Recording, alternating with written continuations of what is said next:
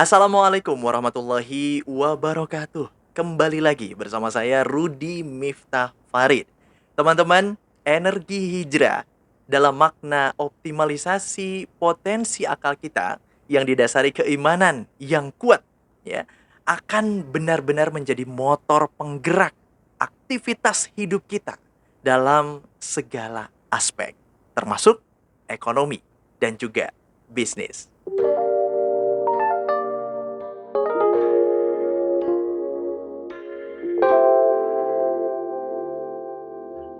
Hijrah sebagai kunci kebangkitan dunia bisnis Muslim, salah satu indikatornya adalah adanya Muslim disruption, yakni sebuah istilah yang disematkan sang bandar ekonomi saat ini, yaitu para kapitalis, karena menyadari adanya tren dan juga kecenderungan motivasi aktivitas ekonomi yang didasari semangat religiositas, yakni Islam.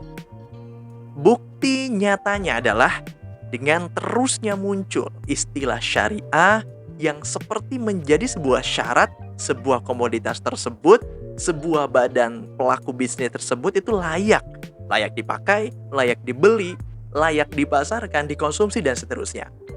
Nah, sampai di sini, apakah kita setuju bahwa Islam mulai dipakai dalam dunia bisnis?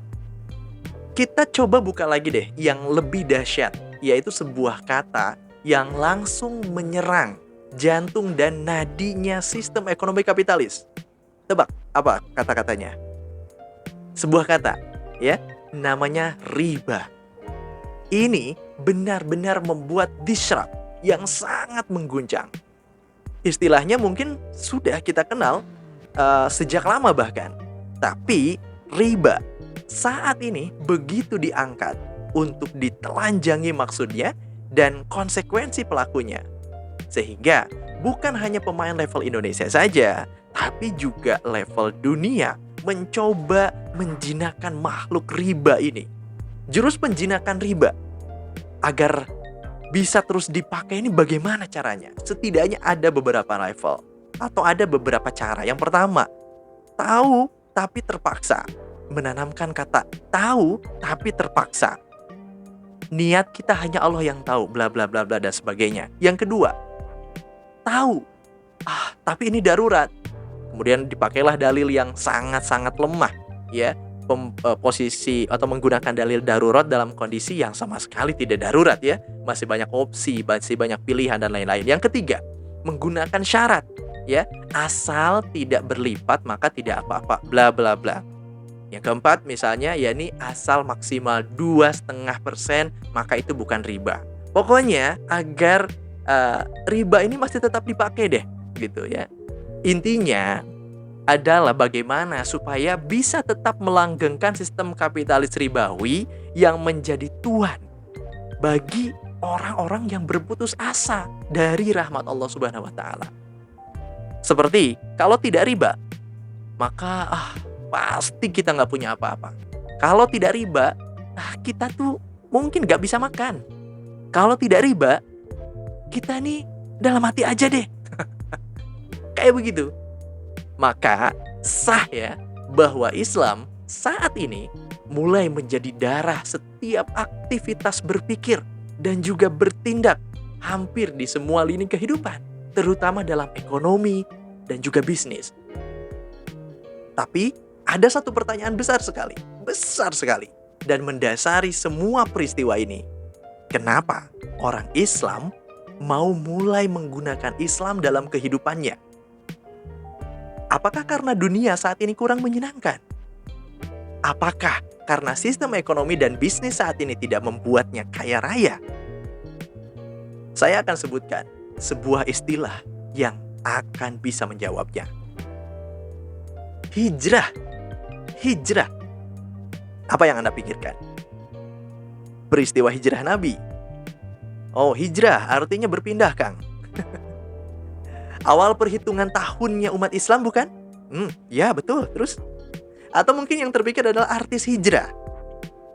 Jika Anda berpikir seperti kata-kata atau kalimat-kalimat di atas yang barusan, maka Benar, kita hidup di dunia yang sama.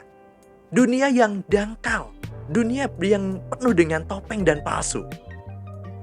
Karena ada makna dan energi yang luar biasa yang sebenarnya tersemat dalam istilah hijrah tersebut. Sehingga hijrah bisa jadi sebuah alat tempur yang ampuh, yang efektif untuk menguasai dunia. Seperti itu. Hijrah yang dimaknai sebagai sebuah gift atau hadiah dari Allah kepada Nabi kita, Nabi Muhammad SAW, atas kesabaran, atas ketaatannya kepada Allah selama di Mekah dalam rangka dakwah tersebut. Yang karena peristiwa hijrah tersebut akhirnya solusi penyebaran Islam sebagai aturan hidup satu-satunya yang pas untuk manusia itu kemudian bisa dibangun di Madinah dalam kondisi yang sangat kondusif. Ya, kemudian kondusif untuk mengoptimalisasi atau mengoptimalkan potensi kita sebagai manusia, yaitu potensi berpikir yang dibimbing oleh wahyu, sehingga karenanya kesejahteraan umat manusia itu bisa terwujud. Maka energi hijrah dalam makna optimalisasi, ya, potensi akal kita yang didasari keimanan yang kuat akan menjadi motor penggerak bagi aktivitas hidup kita dalam segala aspek, termasuk ekonomi dan bisnis, seperti yang terjadi saat ini. Ternyata, energi dari semangat hijrah inilah yang benar-benar menjadi kunci kebangkitan Muslim, dan termasuk kebangkitan ekonomi dan juga bisnis di dalamnya.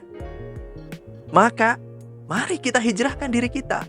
Mari kita hijrahkan bisnis kita. Dalam artian, satu, hijrah diri, menjadi lebih taat, menjadi lebih takwa lagi kepada Allah Subhanahu wa taala, kepada syariat Allah Subhanahu wa taala. Yang kedua, hijrah tempat tinggal menuju yang lebih kondusif, yang bisa mendukung ketaatan kita kepada Allah Subhanahu wa taala. Yang ketiga, hijrah muamalah, terutama muamalah maliyah kaitan dengan harta.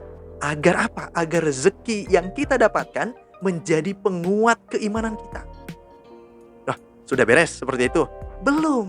Ada lagi syarat pentingnya dalam proses hijrah kita.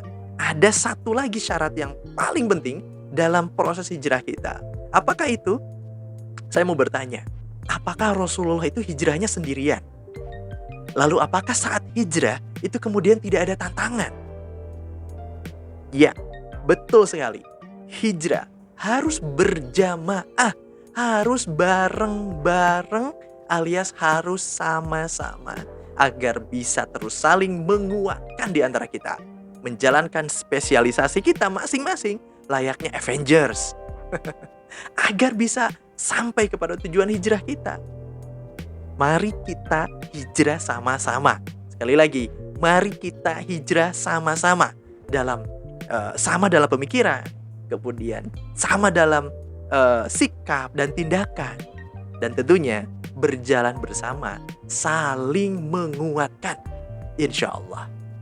Terima kasih. Wassalamualaikum warahmatullahi wabarakatuh.